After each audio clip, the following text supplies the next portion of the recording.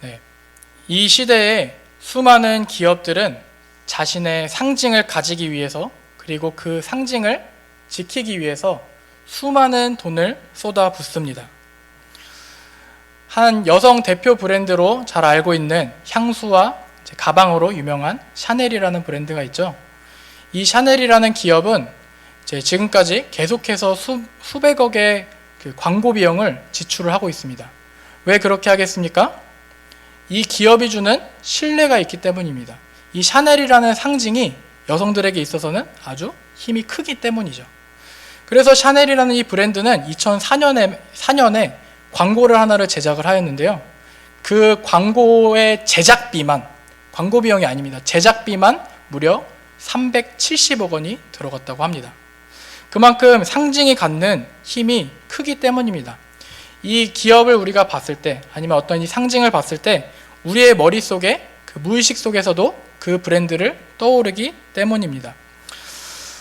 우리들 머릿속에 가전하면 떠오르는 브랜드가 있지 않습니까? 역시 가전은 다들 이제 쓰고 있는 가전이 다르니까 그걸 할 수는 없겠지만, 역시 가전은 하면 딱 머리에 떠오르는 브랜드가 있습니다. 우리가 또 밥을 지어 먹죠. 밥을 지어 먹을 때 밥은 누가 하죠? 밥은 쿠쿠가 합니다. 네, 그렇죠. 밥은 쿠쿠가 합니다. 네, 이렇게 밥솥 하면 떠오르는 브랜드가 있고, 저는 이제 그 밥솥으로 밥 짓는 것조차도 조금 이제 귀찮은 것들이 있어가지고 이제 냉동밥을 이제 가끔은 즐겨 먹습니다. 이 냉동밥 하면 우리에게 떠오르는 것이 무엇입니까? 햇반입니다. 네, 그렇죠. 이제 우리가 냉동밥 하면 햇반이라고 말하지 오뚜기밥이라고 말하지는 않는 것이죠. 물론 저는 오뚜기밥도 즐겨서 잘 먹습니다. 참 맛있다고 생각을 합니다. 이렇듯 이제 어떠한 물건이나 어떠한 기업이나 어떠한 나라가 갖고 있는 상징은 어마어마한 힘을 갖고 있습니다. 기업이나 나라나 이 상징이 주는 힘을 얻기 위해서, 그리고 자신들이 갖고 있는 그 상징을 지키기 위해서 재정들을 쏟아붓는 것이죠. 왜냐하면 이 상징에 들이는 그 돈의 가치보다 이 상징이 나에게 가져다주는 그 가치가 훨씬 더 크기 때문입니다. 상징은 한 번 얻는다고 끝나는 것이 아닙니다. 우리가 지금은 다 인터넷 세대를 살고 있죠. 인터넷 세대를 살고 있는데, 인터넷 초창기만 하더라도 야후라는 검색어 포털 서비스가 한국을 장악하고 있었습니다. 그러나 지금은 어떻죠?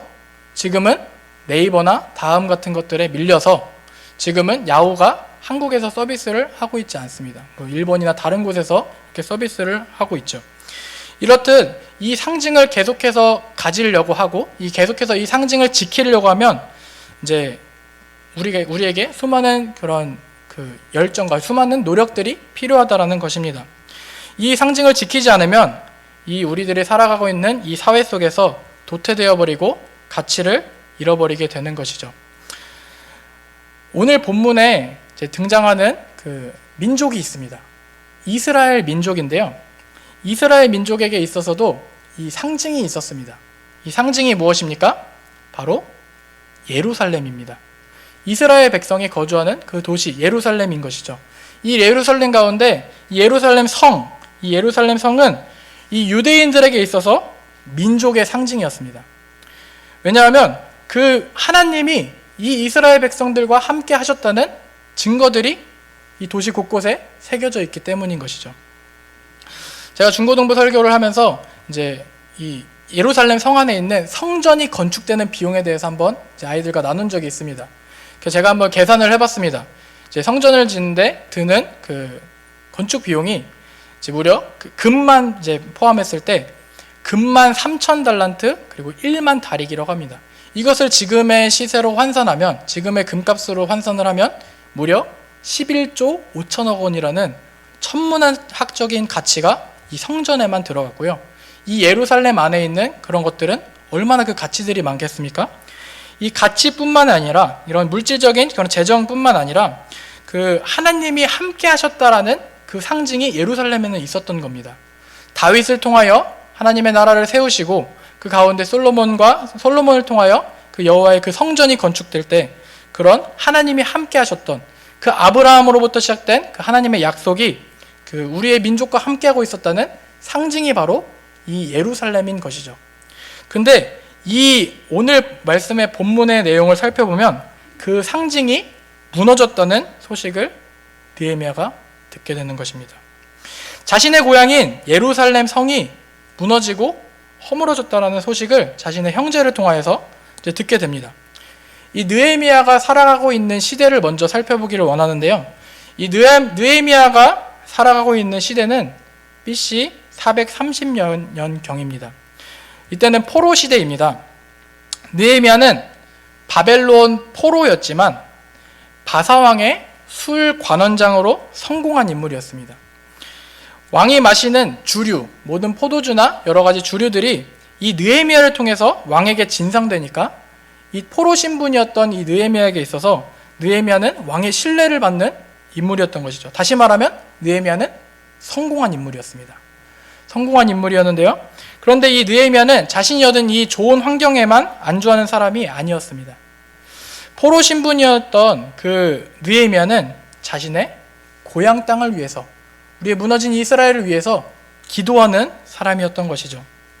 그런 이제 느헤미야에게 자신의 고향인 그 예루살렘 성이 무너졌다는 소식을 들으니 이 느헤미야의 마음이 어떻겠습니까? 정말 마음이 무너지는 겁니다. 자신은 이방 나라에 그 외국에서 살고 있지만 그 자신의 고향에 들려오는 소식이 고향으로 돌아가도 나는 그 이스라엘 백성이 아닌 것이죠. 그러니까 그 억장이 얼마나 무너지겠습니까?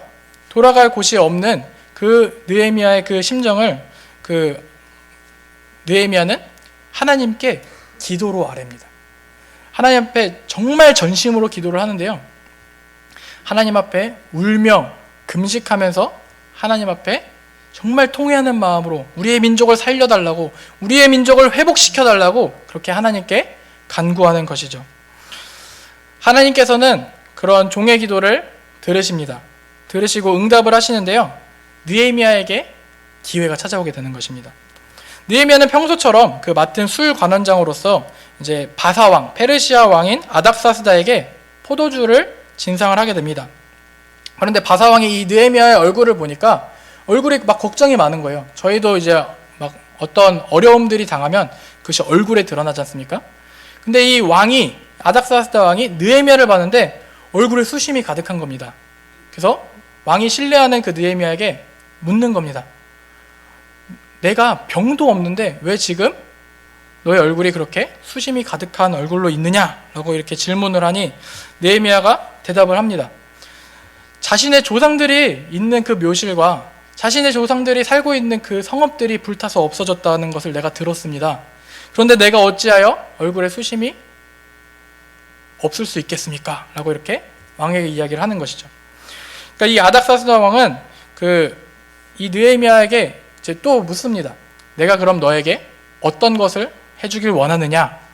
이때 여기서 느헤미야가 하나님의 기도의 응답이라는 확신을 갖고 그 왕에게 감히 아뢰는 것입니다. 왕께서는 저에게 예루살렘으로 갈 수 있는 그런 권한을 주옵소서. 왕께서는 조서를 저에게 써주셔서 제가 예루살렘으로 가서 성전과 그 성을, 예루살렘 성을 건축할 수 있게 해달라고 그렇게 왕에게 감히 부탁하는 그런 느헤미야의 지혜를 우리는 볼 수 있습니다. 왕은 그것을 좋게 여겨서 이제 왕의 이름이 이제 새겨진 그 조서를 써주고 느헤미야를 보내는 겁니다. 오늘 본문이 바로 그 조서를 들고 느헤미야가 예루살렘에 도착한 그 시점을 그리고 있습니다. 느헤미야는 이제 오늘 본문에 따르면 이제 도착하고 3일째 되는 날에 그 밤에 아무에게도 자신의 사명과 자신이 다시 돌아온 이유를 알리지 않습니다. 느헤미야는 외국에 있었던 사람이잖아요. 외국에서 있었던 사람인데 자신이 돌아온 이유를 아무에게도 알리지 않고 은밀하게 행동을 하는 것입니다. 또한 몇 명만 데리고 은밀하게 예루살렘을 미리 탐사를 합니다. 그리고 예루살렘의 성벽이 무너지고 불에 탄 모습들을 확인하고 이제 필요한 것들을 계산을 하기 시작하는 것이죠. 내가 여기서 무엇을 해야 할까를 미리 사전에 치밀하게 계획을 합니다. 사실 왕의 조서를 갖고 있는 느헤미야는 그렇게까지 할 필요가 없습니다. 왕의 조서가 갖는 힘이 있기 때문에 그것을 가지고 그 왕의 조서는 왕의 그 이름이 걸린 상징이잖아요. 그 왕의 조서를 가지고 내가 이 일을 행하겠노라 하면은 행할 수 있는 것이었습니다. 그러나 느헤미야는 예루살렘 시차를 은밀하게 진행을 하게 되는 것입니다. 그 이유는 예루살렘 성벽을 재건하는데 대적들의 방해가 있기 때문입니다. 그 대적들의 방해를 사전에 안 받고 자신이 원하고자 하는 목적을 이루기 위해 치밀하고 정말 치밀하게 그것을 계획을 했었던 것이죠. 예루살렘에 탐사한 것을 토대로 이 구체적인 계획을 마련한 느헤미야는 적절한 시기를 기다립니다. 기다렸다가 이 유다 사람들을 향해서 예루살렘 성벽의 황폐함을 지적을 하면서 이 이스라엘 백성인 우리가 그 예루살렘 성벽을 중건해서 다시는 우리가 수치를 당하지 말자면서 그 민족에게 회복의 불씨를 던져주는 것입니다. 회복의 불씨를 피워주는 역할을 느헤미야가 감당을 하게 됩니다. 또 그러면서 이제 하나님이 자신을 도우신 일과 자신의 기도에 들어 응답하여 주셔서 이 아닥사스다 왕, 그 무려 다른 나라의 왕이 나를 전폭적으로 지지해줘서 그 성벽에 필요한 물자들을 대주고 있는 그 전폭적인 지원을 그 백성들에게 말함으로써 나는 권리와 명분도 있고 그 가운데 이제 우리의 민족을 다시 세우자 하고 이렇게 이스라엘 백성들에게 고백을 하는 것입니다. 그런데 이제 그 대적들이 이때 나타납니다. 산발락과 도비야와 여러 그 이스라엘의 대적들이 나타나는 것이죠. 그 가운데 사마리아 총독 산발락을 비롯한 이스라엘 대적들은 그 느헤미야의 모습을 비웃으면서 아니 이것은 당연히 아닥사스다 왕을 반역하는 일이 아니냐, 너희 나라는 이미 멸망하였는데 왜 어찌 다시 성을 건축하겠느냐고 그렇게 하는 것이냐 하면서 이렇게 그 느헤미야를 방해를 하는 것이죠. 그러나 느헤미야는 하나님이 이스라엘로 형통하게 하실 것이라는 것을 그렇게 고백을 합니다. 대적 앞에서 당당히 이야기합니다. 그러면서 자신이 들고 있는 그 왕의 조서를 갖고 나는 권리와 명분이 있다. 왕께서 나에게 예루살렘 성을 건축하라고 중건하라고 명하셨다라는 것을 분명히 알려주면서 이스라엘 대적 앞에서 당당히 이야기하면서 그 자신의 당위성을 분명하게 제시하고 아무런 희망을 가지지 못했던 그 이스라엘 백성들에게 회복의 불씨를 피우게 되는 것이 바로 느헤미야가 행했던 사역이었던 것입니다. 여기서 한 가지 우리가 한번 되짚어 볼 것이 있습니다. 지금 이스라엘의 성은 지금 무너졌고 그 성벽이 불탔다라고 이야기를 하잖아요. 왜 이스라엘이 망했을까요? 그 이유를 한번 우리가 살펴보기를 소망합니다. 이스라엘 백성이 망한 이유는 단순합니다. 이스라엘은 어떤 나라입니까? 하나님이 주인인 나라입니다. 근데 하나님이 주인인 나라에서 하나님 뜻대로 행하지 않았기 때문에 이스라엘은 이제 망하게 되는 것이죠. 역사적으로 보면 그 가운데에 바벨론 제국과 그런 여러 가지 그 주변에 있는 강대국들의 그 패권 전쟁 속에서 이제 무너졌다라고 우리는 이제 역사적으로는 볼 수 있겠지만 근본적인 원인은 그것이 아니었습니다. 근본적인 원인은 이스라엘 백성이, 하나님 나라 백성이 하나님을 따르지 않았기 때문에 이스라엘은 멸망한 겁니다. 이것을 이제 되돌아보면은 이스라엘이 어떤 나라입니까? 이스라엘은 그 아브라함의 약속 위에 세워진 나라입니다. 창세기 12장에 나오는 그 하나님의 그 아브라함을 향한 언약으로부터 시작돼서 하나님께서 당신의 나라를 세우시기 위하여서 한 사람을 선택하셔서 그 아브라함과 이삭과 야곱과 그 야곱의 그 아들 중에서 요셉이라는 사람을 선택하셔서 애굽으로 건너가게 하시고 그 애굽에서 자신의 그 가족들이 그 고센이라는 땅에서 약 70여 명의 가족이 수백 년의 시간에 걸쳐서 장정만 60만, 노인 나이 여성 함께 다 합해서 약 200만 명이나 되는 인원이 이렇게 만들어지게 됩니다. 그리고 이들을 어떻게 합니까? 모세라는, 우리가 잘 알고 있는 모세라는 인물을 통하여서 출애굽하고 광야를 지나서 그 후계자인 여호수아를 통하여서 땅을 정복하고 이스라엘 나라를 세우게 되는 것입니다. 사사시대를 지나고 왕정시대를 지나서 그토록 바라고 그토록 염원하던 하나님의 나라가, 그 아브라함에서부터 시작된 그 하나님의 나라가 이루어졌는데, 하나님의 나라가 세워졌는데 그 이스라엘의 나라가 망한 이유는 하나님 앞에 범죄했기 때문입니다. 하나님을 배신했기 때문입니다. 이 배신은 솔로몬 때 이제 구체적으로 등장을 하게 되는데요. 솔로몬은 우리가 잘 알고 있다시피 여인이 많았습니다. 이방 여인들이 많았고요. 그 가운데에 그 솔로몬은 이제 솔로몬이 통치했을 때 우리가 이제 이스라엘 역사를 보면 가장 흥왕하였을 때라고 우리는 알고 있습니다. 그리고 가장 승승장구한 것처럼 보였죠. 그렇지만 그 안에는 그 솔로몬의 여러 가지 정책과 그런 전략적인 것들이 숨겨져 있었는데요. 솔로몬은 그 여인들을 이렇게 드림으로써 그 여인들을 솔로몬의 여인이 무려 1000명 가까이 된다고 합니다. 그 후궁과 비빈들을 들여가지고 그 많은 인원들을 여인으로 들이면서 그 가운데 그 주변 나라와의 정치적 동역을 꾀하면서 자신의 나라를 안전하게 만드는 그런 방법을 쓴 것이죠. 근데 이 방법은 하나님이 원하시는 방법이 아닙니다. 하나님이 우리에게 명령하신 결혼 제도는 어떤 것입니까? 창세기 2장 24절에 나오는데요. 말씀을 한번 띄워주시고 우리 한번 같이 읽어보도록 하겠습니다. 부모를 떠나 그의 아내와 합하여 마음을 이루었지어다. 아멘. 네, 성경이 말하는 결혼 제도는 한 남자와 한 여자가 만나서 합하여 가정을 이루고 그 가운데 그 한 가정으로서 이렇게 존재를 하는 것입니다. 여기서 명시하고 있는 것은 한 남자와 한 여자입니다. 근데 솔로몬은 어떤 것이죠? 한 남자에게 수많은 여인들이 있었습니다. 그것을 정치적인 그런 자기의 나라를 부강하기 위한 방법이라고 치장을 하였지만 그 가운데 이 솔로몬이 이 들여온 이방 여인들을 통하여서 이제 이스라엘 나라가 멸망을 하게 됩니다. 왜 멸망을 하게 되느냐면 이 이방 민족들이잖아요. 이 이방 민족들이 섬기는 신들까지도 다 수입해 오게 되는 그런 안타까운 일들이 벌어지게 되는 겁니다. 그래서 그 열왕기상 11장에는 그 우상들이 나옵니다. 우리가 잘 알고 있는 바알과 아세라, 물질과 풍요를 주관하였던 신이죠. 그리고 다산의 상징이기도 하였던데 그 가운데 그런 신들이 이제 이스라엘에 팽배했던 것이죠.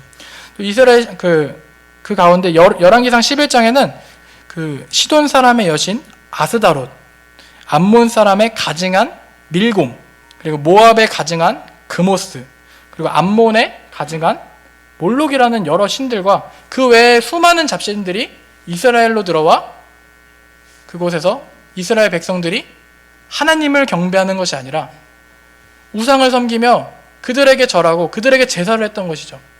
그 중에 한 가지만 예를 들어서 마지막에 언급한 몰록이라는 신이 있었습니다.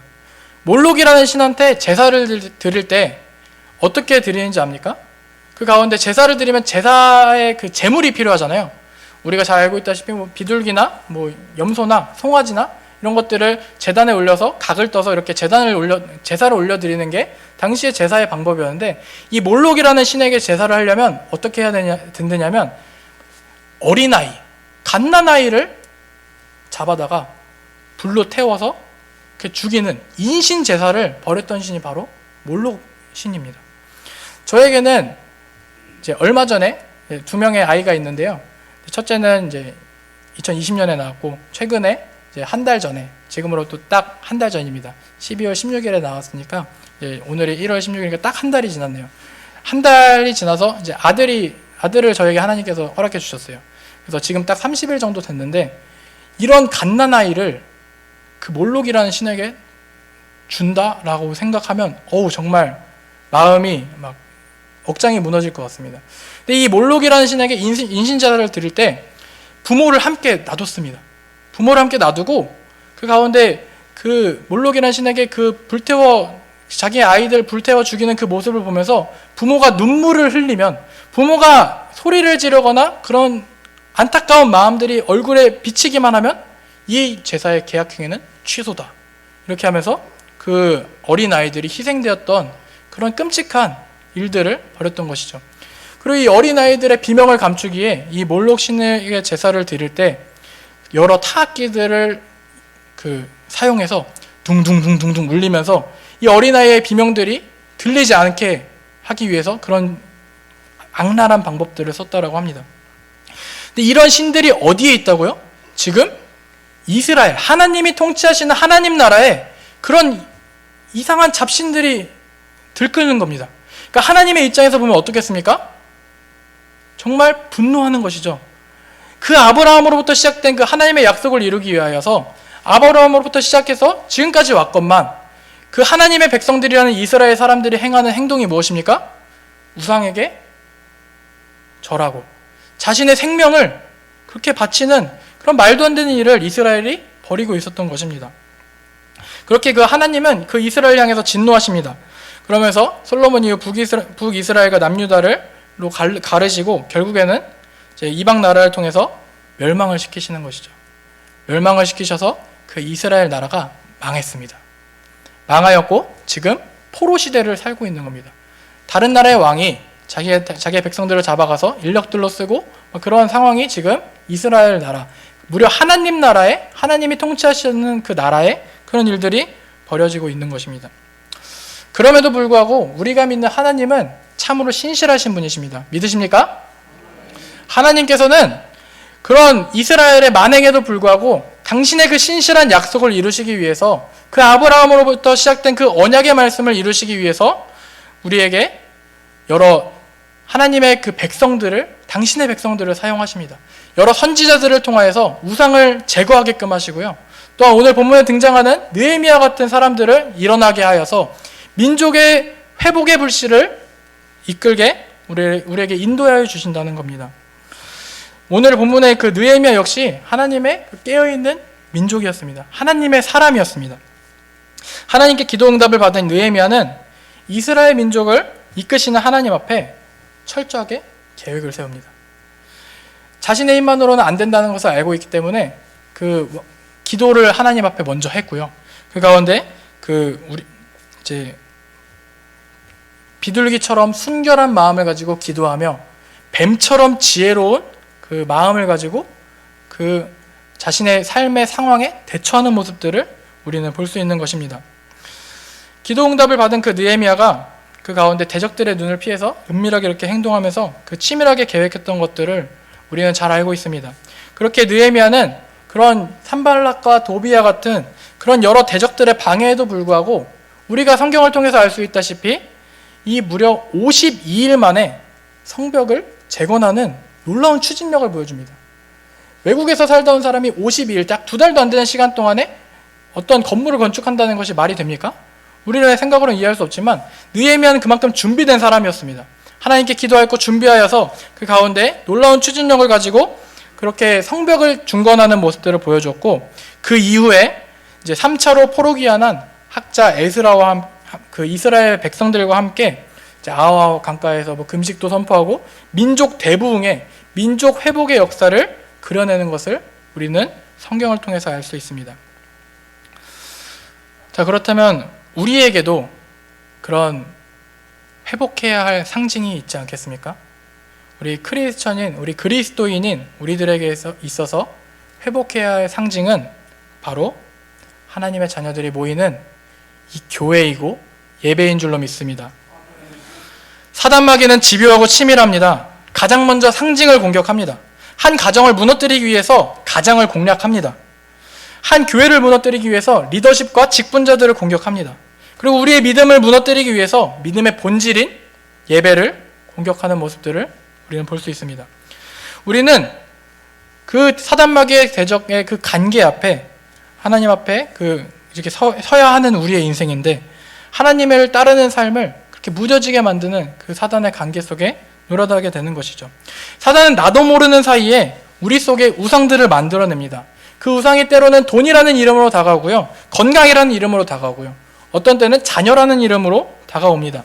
때로는 자신의 입지, 자신의 명예, 자신의 직분이라는 그 이름으로 우리 안에 하나님보다 커진 것들을 자꾸만 만들어냅니다. 그리고 그것들을 이제 따름으로써 하나님으로부터 멀어지게 만드는 것이죠. 우리 안에 불탔던 그 예배에 대한 열망과 사모하는 마음들을 공격을 하게 되는 것입니다. 우리를 나태하게 만들고, 우리를 게으르게 만들고, 귀찮은 마음, 섭섭한 마음, 이런 것들을 통하여서 우리의 공동체를 무너뜨리려고 하는 것이 바로 사단 마귀의 관계입니다. 지금 이 시대에 하나님께서 우리에게 바라시는 것들이 무엇일까요? 지금 우리에게 하나님께서 바라시는 것들은 이런 느헤미야 같은 백성이 일어나야 한다는 것을 우리에게 알려주고 있는 것입니다. 뱀처럼 지혜롭고 비둘기처럼 순결한 느헤미야 같은 하나님 나라 백성들이 이루어나야 하는 것이죠. 마태복음 10장 16절 말씀을 함께 보도록 하겠습니다. 함께 읽습니다. 보라, 내가 너희를 보냄이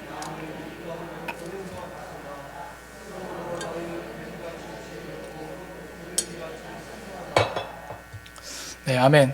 여기 보면은 예수 그리스도께서 세상에 이렇게 보내시면서, 제자들을 세상에 보내시면서 그 세상의 간악한 그 속에서 명령을 하십니다. 너희는 뱀처럼 지혜롭고 비둘기처럼 순결한 마음을 갖고 살아가라고 우리에게 이렇게 이야기를 합니다. 우리에게 느헤미야 같은 이런 뱀처럼 지혜롭고 비둘기처럼 순결한 모습들이 있어야 합니다.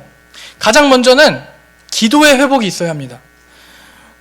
하나님의 역사는 기도로부터 시작을 합니다. 느헤미야의 성벽 재건 역시 기도로 시작이 되었습니다.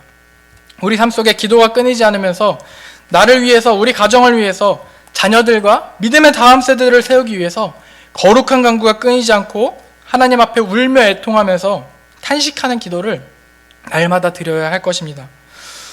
더 나아가 신앙적인 위기를 맞고 있는 우리 한국교회를 위해서 기도해야 할 것입니다. 코로나19로 인해서 6천여 개 이상의 교회가 사라졌습니다. 영적으로, 재정적으로 지금 한국교회는 너무나 병들어 있고 많이 힘듭니다. 이런 교회를 위해서, 이런 한국교회를 위해서 우리가 어떻게 하겠습니까? 느헤미야 같이 정말 슬퍼하며 애통하는 마음을 가지고 기도를 해야 하는 것이죠. 위기에 봉착해 있는 한국교회를 위해서 그 비둘기같이 순결한 마음을 갖게 해달라고 우리는 간구해야 될 것입니다. 그런 느헤미야 같은 우리 양국제교회 성도님들이 되시기를 주님의 이름으로 축원합니다. 또 한편으로는 뱀처럼 지혜로워야 합니다. 느헤미야는 하나님의 임재의 상징이며 민족의 상징인 그 예루살렘 성을 세우기 위해서, 성벽을 중건하기 위해서 치밀하게 계획했습니다. 대적들의 방해가 있다는 것을 미리 예측을 하였고요. 그 가운데 본문의 내용처럼 대적들의 사전 방해를 차단하기 위해서 은밀하게 예루살렘 성의 상황을 시찰하면서 사전에 성벽 중건의 계획을 마쳤습니다. 그렇기 때문에 52일 만에 성벽을 중건할 수 있었던 것이죠. 이스라엘 회복을 위해서 지혜롭게 움직였던 느헤미야처럼 우리는 사단마귀의 집요한 관계에 노란하지 않고 우리의 대적의 손에 휘둘리지 않고 하나님 앞에서 철저하게 우리의 인생을, 우리의 비전을 계획해야 합니다. 그러면서 하나님 앞에서 또 우리 자녀들의 인생이, 우리의 믿음의 다음 세대가 하나님 앞에 설 수 있도록 치밀하게 우리의 나아가야 할 방향을 고민해봐야 할 것입니다. 말씀을 맺겠습니다. 사단은 우리를 가만두지 않습니다. 내 주변에 여러 유혹들을 줍니다. 여러 환경 속에 내몰아서 우리의 믿음을 흔듭니다. 이스라엘은 우상 숭배 때문에 망했습니다. 하나님 나라 백성들은 늘 경각심을 가지고 우리 삶 속에 들어와 있는 우상들을 제거해버리고 하나님의 지혜로 이 세상을 살아나가야 하는 것이죠. 우리들의 삶은 늘 영적 싸움 속에 있습니다. 사단은 우는 사자와 같이 두루다니며 삼킬 자들을 찾고 있습니다. 이런 영적 싸움 속에 우리의 믿음을 끝까지 지켜내시길 소망합니다. 그것이 우리의 지켜내야 될 상징이며 우리의 믿음이, 우리의 예배가 끝까지 지켜지고 그 믿음의 상징이 다음 세대에도 전달될 수 있도록 우리 자녀들의 교육과 믿음의 다음 세대를 세우는 일에 우리의 열정과 시간을 투자하시기를 소망합니다. 바라고 원하기는 저와 여러분이 이 시대에 믿음의 상징을 끝까지 지키면서 이 어려운 세상 속에서 일어나 빛을 발하는 하나님의 백성으로 굳건하게 서시기를 주님의 이름으로 축원드립니다. 우리 함께 말씀을 기억하면서 함께 기도하면서 나아갔으면 좋겠습니다. 함께 1분 동안 통성으로 기도하시면서 나아가겠습니다.